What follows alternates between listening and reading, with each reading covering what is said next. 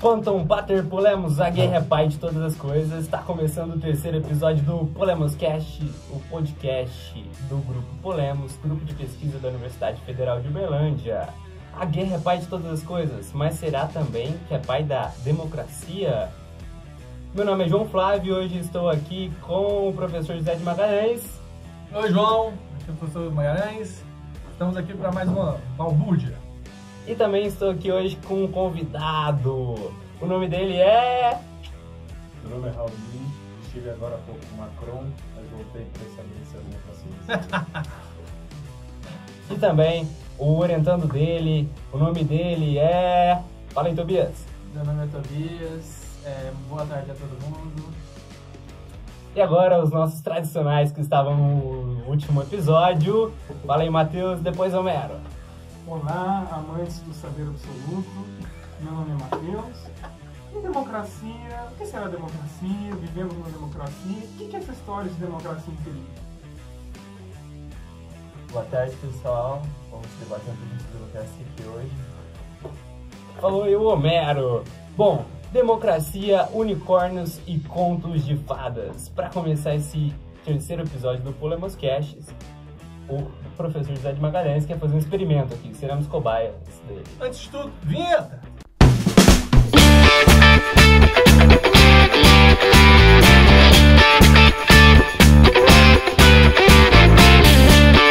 Professor José de Magalhães, conduza nosso debate. Não, eu não. Vai ser o Matheus agora que ele não falou ainda.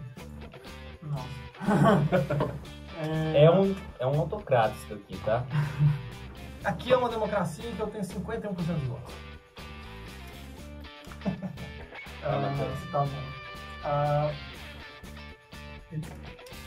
Nossa, cara, você me pegou agora, mas eu vou tentar me safar nessa. Eu vou fazer uma pergunta. Você jogou essa bola, hein? Vai acabar na fala do Matheus. Vai acabar conflitando meu cérebro. Vamos lá, essa frase do Bolsonaro, que democracia só existe com forças armadas, ela... Quando as Forças Armadas assim o querem. É pior. Quando as forças armadas assim o querem... Nossa, eu não tô vendo. Parada técnica. Edição. José de Magalhães, fala aí seu experimento mental. É o seguinte, eu vou começar esse experimento mental aqui e eu gostaria que cada um desse sua opinião sobre eles. Então prestem atenção na historinha. Imagine-se em um regime que não é democrático, no sentido em que não há eleições livres. O governo foi originalmente eleito há mais de 20 anos, mas depois aboliu a chatice das eleições e das propagandas. Como se revelou um bom administrador, ninguém se preocupou muito com isso. O produto interno bruto subiu em flecha, o bem-estar social é elevado, a riqueza, paz, harmonia e segurança. Apesar de o governo ter acabado com certos aspectos da democracia, não acabou com outros. Não há, por exemplo, presos políticos. Os jornais não são censurados, mas a imprensa política também não é encorajada. O governo considera, não sem alguma razão, que os comentadores políticos e pessoas da oposição pouco mais fazem do que criticar gratuitamente os governantes, muitas vezes em termos pessoais. O governo, pelo contrário, rodeia-se dos melhores especialistas nacionais e faz o melhor pelo país. Esse é uma provocação feita pelo professor Desidério Murcho, um filósofo português, num livro chamado Filosofia Diretamente. Então, gostaria de ouvir aí dos nossos queridos convidados, em primeiro lugar, o que eles pensam sobre esse governo, né? Qual que é o problema desse regime e por que a democracia é melhor que isso? Com a palavra, o nosso querido Raoni Belchavski. Bem, começamos nessa situação que não sei se tem mais índio ou cacique, mas de todo modo me parece que o problema é que a democracia se faz vivendo ela. Então, de modo que só quando a vida parece boa não quer dizer que nós tomamos a escolha pela vida boa que queremos. Então, me parece que esse é um problema em qualquer regime que se pretenda bom o suficiente para não ser questionado frente aos seus adversários, nem que seja menos nas urnas. Né? Nosso querido Tobias, nossa democracia está morta, qual que é a sua Eu só opinião queria dizer uma sobre- coisa, o Tobias já teve acesso a esse experimento mental que a gente fez um debate em sala de aula sobre ele. Mas, enfim, já pôde refletir sobre isso. Já tive spoiler. O que eu penso é que diante dessa conjuntura que o Magalhães falou, a gente pode observar muito um conceito que chama pirâmide de Maslow ou pirâmide das necessidades, e ela casa muito bem com isso porque a ideia de um governo estável, ela agrada muito uma parte da população, porque ela enxerga na democracia um governo de insucesso, porque muitas vezes, quando você tem na democracia uma espécie de governo que não é totalmente estável, você cria uma série de desejos, de infelicidade que gera frustração. E por que isso gera frustração? Porque o povo, o indivíduo médio, ele tem algumas necessidades. E de acordo com a pirâmide de Maslow, o Maslow divide em 5 necessidades primordiais para você alcançar os objetivos físicos pessoais e profissionais. São as necessidades fisiológicas, as necessidades de segurança, as necessidades de relacionamento, as de estima e as necessidades de realização profissional e pessoal. Só a partir da última necessidade que você consegue realmente ser um indivíduo liberto, um indivíduo livre. Quando você tem um governo que não gera uma estabilidade a ponto de garantir as 4 primeiras necessidades para a população média, para a população geral, você cria uma insatisfação e gera um sentimento de que, muito provavelmente, um Estado autoritário, um Estado mais controlador, ele vai conseguir dar um pouco melhor com essa estabilidade. Então, professor Aninho, então, deixa eu fazer uma pergunta. Você acha, então, que uma democracia, então, essa forma, esse regime político, no qual as pessoas têm uma espécie de sentimento de igualdade, ou que as pessoas têm igual peso na hora de definir quem os governa, e assim por diante, ele só sobrevive bem se tiver junto com isso bem-estar? E aí, só para aprofundar um tema que eu sei que Vossa Excelência adora, a democracia só sobrevive bem com o bem-estar e com direitos? Já antes de tudo, queria relatar que Vossa Excelência foi por conta de quem fala, porque afinal hoje é um decreto que me proíbe a exigência disso. Mas, considerando essa Aqui tem informação. Me parece que direitos sim, mas a discussão acerca dos próprios direitos e do que é bem-estar depende também do próprio debate democrático, né? É verdade, é possível se pensar em democracia a partir de perspectivas diferentes, né? A partir de perspectivas que tentem imaginar direitos e condições naturais e, de certo modo, até escatológicas, não no sentido negativo, mas de finalidade ou de tendências naturalizadas, né? E me parece que a resposta democrática está sim ligada a alguns padrões mínimos, mas que também tem de estar abertos à própria discussão democrática, né? Então, essa ideia de estabelecimento de bem-estar, de condição de igualdade, tudo isso se dá também no desenvolvimento do próprio jogo democrático, né? A democracia é muito mais que um conceito pré-estabelecido, é algo que é construído. Até porque o que é igualdade e bem-estar no século XIX é completamente diferente do que é igualdade e bem-estar no século XX ou no século XXI. Então, me parece que há condições anteriores, mas até naquilo que, por exemplo, o Bobbio ou o Dow vão chamar de processuais universais, né?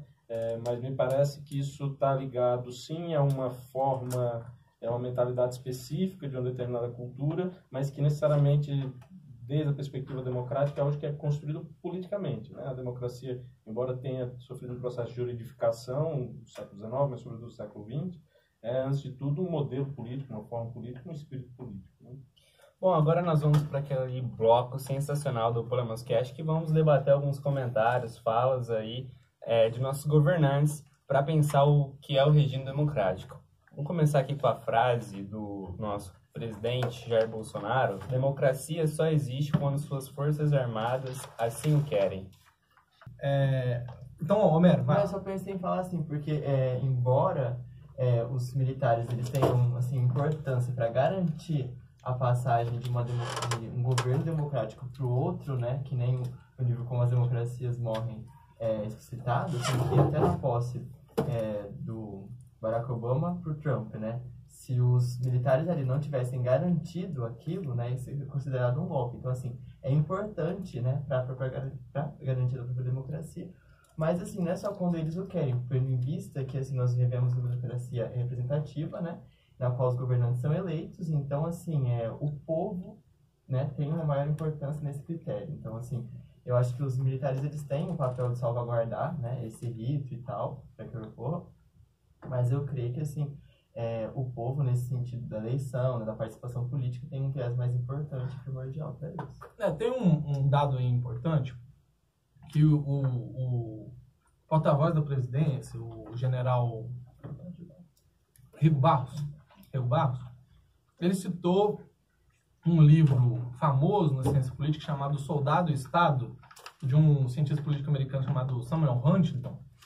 E nesse livro, o Samuel Huntington fala basicamente sobre como é importante o controle civil das Forças Armadas, controle estrito civil das Forças Armadas. Para quê? Exatamente para que as Forças Armadas não se assanhem em assaltar o governo democrático. Samuel Huntington tem vários outros problemas, mas nesse quesito, Samuel Huntington, na minha visão, ele acerta. Vários outros problemas. Mas nesse quesito, o Samuel Huntington acerta. Ele que criou essa doutrina do controle civil das Forças Armadas, exatamente porque as Forças Armadas não assaltem a República, vamos dizer assim. E o general Rego Barros conhece esse livro. E o que falta muito no Brasil ainda, e aí talvez nesse sentido a gente possa compreender um pouco essa fala, é justamente esse controle civil. Como inexiste controle civil das Forças Armadas, ou como esse controle é muito frágil, e esse governo é a prova de que o controle civil das Forças Armadas é muito frágil, então é possível que um presidente tenha coragem de dizer que a democracia só existe quando as Forças Armadas assim o querem. Quando em qualquer regime que exista controle civil, essa frase não seria possível. Né? Professor Raoni, nós temos outra notícia aqui que diz o seguinte, que uma pesquisa mostra que 83% da população brasileira está insatisfeita com a democracia. E que é uma pesquisa da Folha e no mundo o número de descontentes chega a 51%. Você, na sua visão, acha que isso é um indício que a democracia está morrendo? Me parece que a democracia, na verdade, é algo que também é impassível de crise, né? Como qualquer proposta política. Então, no fundo, talvez não seja questão de morte, mas algo como o próprio Huntsman fala, é uma crise de meia-idade, alguma coisa assim. E o que me parece também é que muito da crítica que é feita à democracia ou à insatisfação com relação à democracia é uma própria insatisfação com as ações do Estado e dos governos. Então, uma conexão que não necessariamente é com o regime democrático, mas com aquilo que foi estabelecido a partir de uma democracia específica, né? Mesmo quando a gente pensa na questão anterior, e era a pergunta que eu acho que pode pautar essa questão sobre a tutela da democracia pelos regimes militares, é a força contra a democracia versus a força da democracia, né? Então, a democracia tem uma força enquanto manifestação de uma certa mentalidade humana e uma forma de legitimação que tem uma potencialidade de força muito grande, inclusive força popular. Mas quando a democracia passa a ser muito burocratizada, né, como acontece de forma importante nas democracias contemporâneas, ela passa a ter um viés menos democrático, ou seja, a política aparentemente democrática é menos democrática, né? E isso acaba fazendo com que uma certa satisfação com a vida, né, que é vivida, acaba sendo conectada com a ideia de democracia, o que não necessariamente é verdade. E isso é o que é recorrente em várias das crises da democracia, sobretudo da democracia liberal. Isso é visto no começo do século na Alemanha, isso é visto no Brasil da década de 60, então isso acaba sendo recorrente. Acho essa acusação que é feita da democracia muitas vezes é com a condição das coisas, né? A condição política, os arranjos políticos são estabelecidos. Matheus, tem alguma contribuição? Pois é, eu quero aproveitar para falar, e agora que eu já fresquei na cabeça, aproveitar para falar um pouquinho do que o Raoni estava dizendo agora e relacioná-lo com um dos dois livros que a gente trabalha aqui na faculdade, na Universidade Federal de Uberlândia, que é Como a Democracia Chega ao Fim e Como as Democracias Morrem.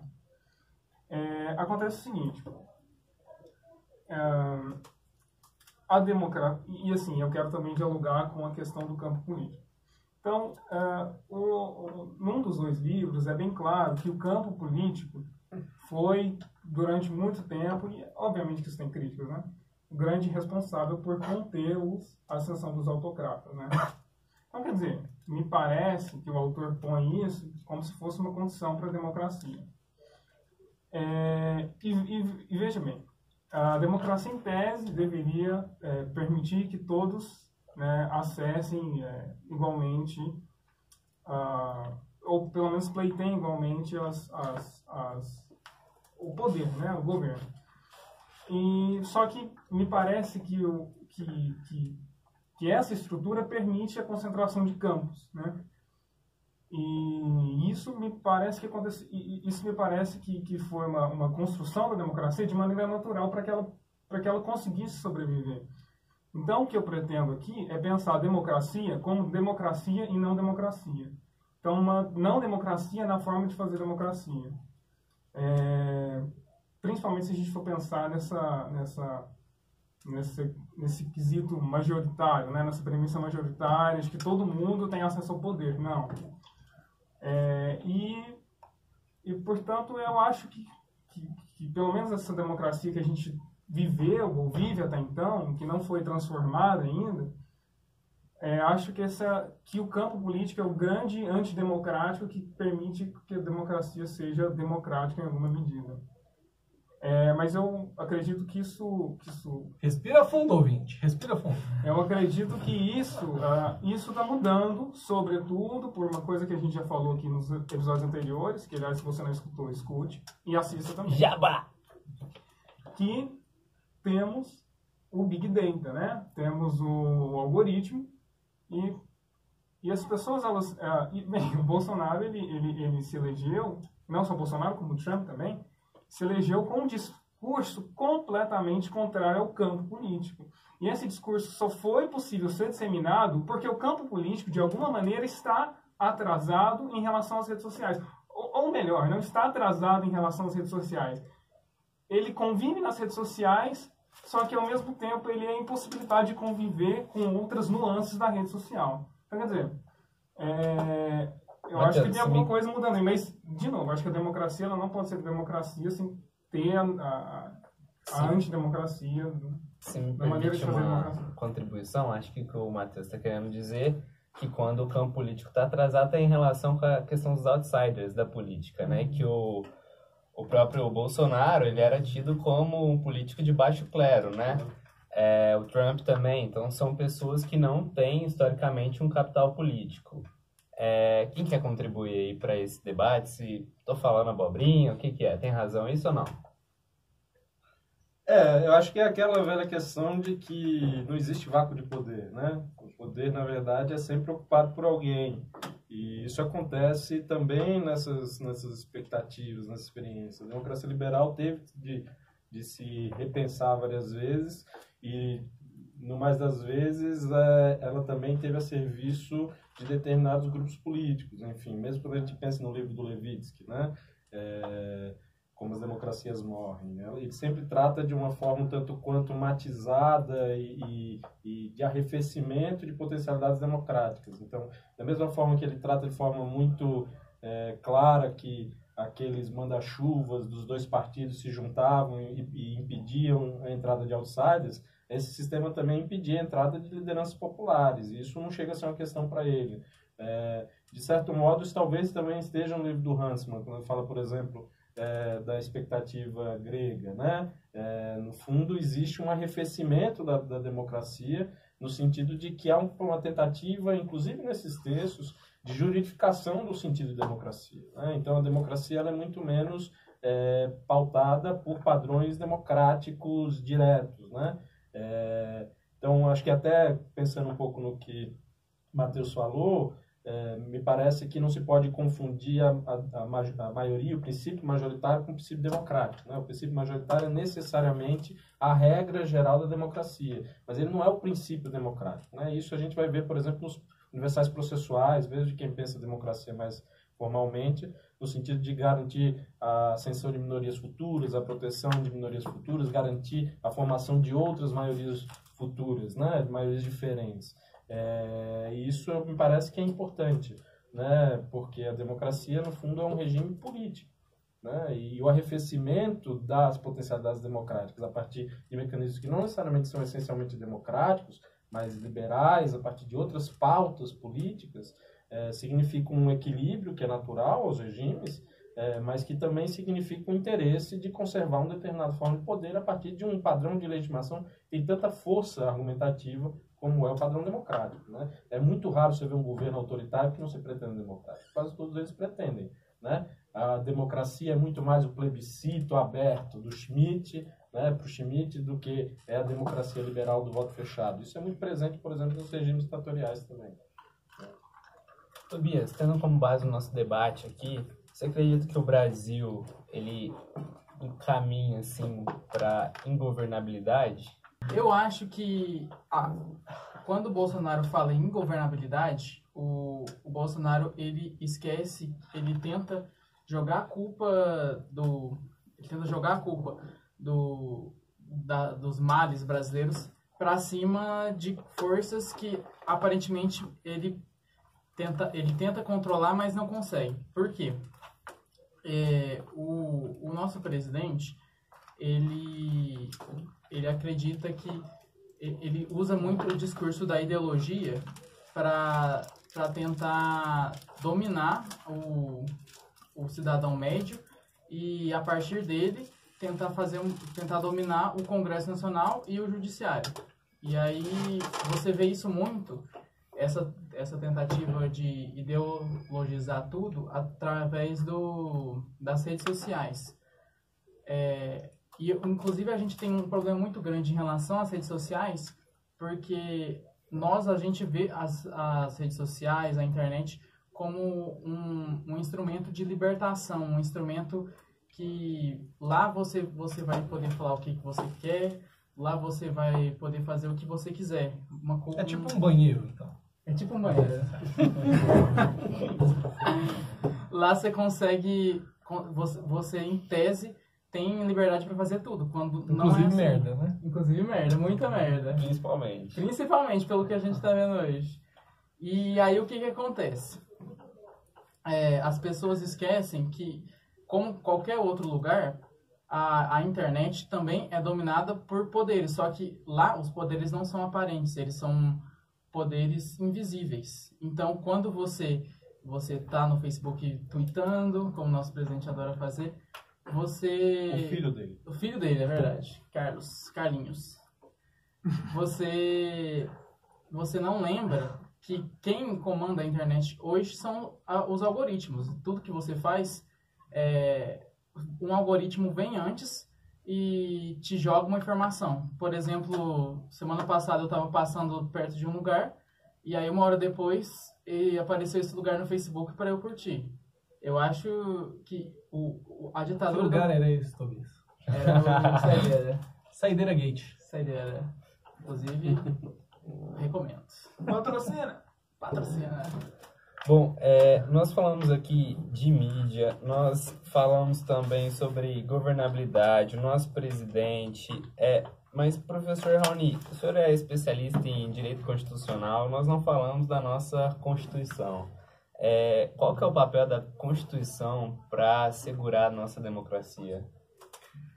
Me parece que a Constituição ela se coloca como um formato de delimitação das regras do jogo democrático, né? Então, embora constitucionalismo e democracia nem sempre tenham caminhado juntos na história, a Constituição, as constituições democráticas pretendem estabelecer os padrões mínimos de um formato democrático, né? Quanto mais uma Constituição que tem um sentido de origem tão democraticamente discutido como brasileiro, né? Talvez poucas vezes na história houve uma participação tão mais presente do que no processo constituinte de 87 e 88. Então, parece que a Constituição é quem estabelece esses limites, a quebra desse formato de democracia contemporâneo, né? E é um projeto constitucional que se pretende democrático também, né? Tem uma potencialidade não só constitucional, mas uma potencialidade democrática importante. Então, me parece que a Constituição tem esse papel, estabelecer aquilo que nós pactuamos como mínimos democráticos para o debate daqui para frente, né? São os nossos projetos e também nas nossas fronteiras de encaminhamento, né? Homero, no ano passado, durante as eleições, os dois candidatos que foram para o segundo turno propuseram uma nova Constituição. Você tem algum olhar sobre esse panorama político e qual é o nosso futuro? A nossa Constituição e democracia, qual que é a relação? Então, eu creio assim que é um pouco equivocado, né, essa proposta de mudança. Eu creio que assim a nossa Constituição ela é bem complexa, bem completa.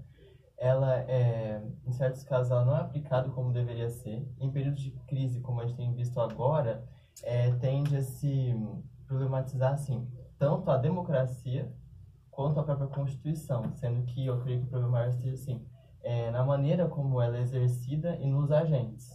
Então assim, e até porque, assim, quando a gente vê uma pesquisa como essa, né? A pesquisa mostra que 83% estão insatisfeitos com a democracia no Brasil. Em que termos será que foi colocada essa pesquisa, né? Tá fazendo um link com o episódio passado aqui, né? Como que será que foi feita essa opinião pública? Como que será que ela foi colhida, né? Em que termos? Será que as pessoas sabem mesmo o que é a democracia? Tal?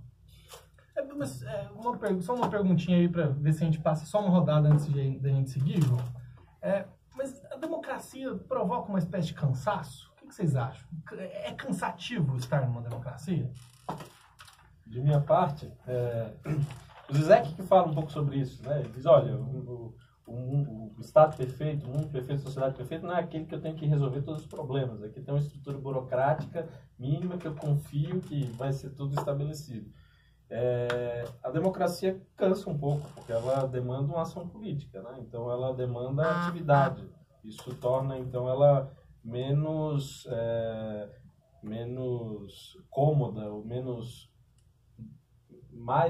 exige mais do cidadão do que um regime que você não tem de ter participação, né? Mas, ao mesmo tempo, como a liberdade, né, é algo que, por menos simples que seja conviver com ela, é a coisa mais importante que se tem a ter, né?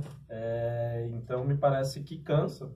Pode ser que canse. Uma democracia de alta intensidade sempre cansa. Tem disputas muito mais políticas do que jurídicas. Você tem um processo de disputas colocadas no cenário político, né, e não largadas a uma decisão burocrática.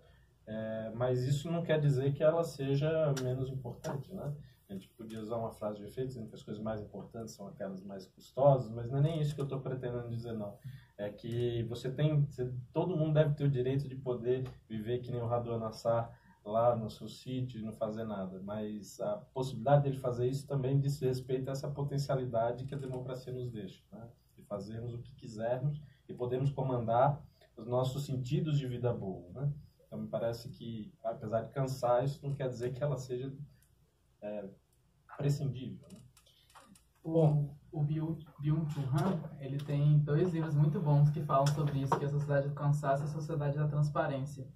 Inclusive que ele mostra que a democracia hoje, a democracia moderna, embora ele não fale nos termos de democracia, mas ele fala que hoje a gente vive uma sociedade com um excesso de informações, uma sociedade totalmente transparente, no sentido de que você tem tanta informação que você muitas vezes não sabe o que é verdade. E aí você fica confuso, isso gera um sentimento de tristeza, e aí muitas vezes você passa a terceirizar a sua decisão, para uma pessoa, para um representante, porque você já não sabe o que é certo, o que é errado, você tem tanta coisa para fazer, você tem que pensar tanto em você. A nossa sociedade é uma sociedade tão individualista que você passa a sua decisão política para um terceiro interessado, e isso gera o desconforto. se me permite, acredito que esse processo de terceirizar responde muito bem ao seu experimento mental, José de Magalhães. Homero, cansa ser democrático? Então, eu acho que a gente está tão acostumado, né, com a democracia, né, com o que está posto, que a gente não tem nem outro critério de comparação, né? Estamos cansados de estar cansado? Acho que é um pouco assim, né? Porque a única obrigação que a gente teria, o nosso dever seria o de votar, né, escolher os nossos representantes. Mas E, de democracia é só certa isso? forma, como fiscalizar. Não só isso, mas dever como cidadão, né? Matheus, Pois é. Apesar disso tudo, Um minuto, Matheus. e como eu disse, eu acho que pensar o algoritmo é muito importante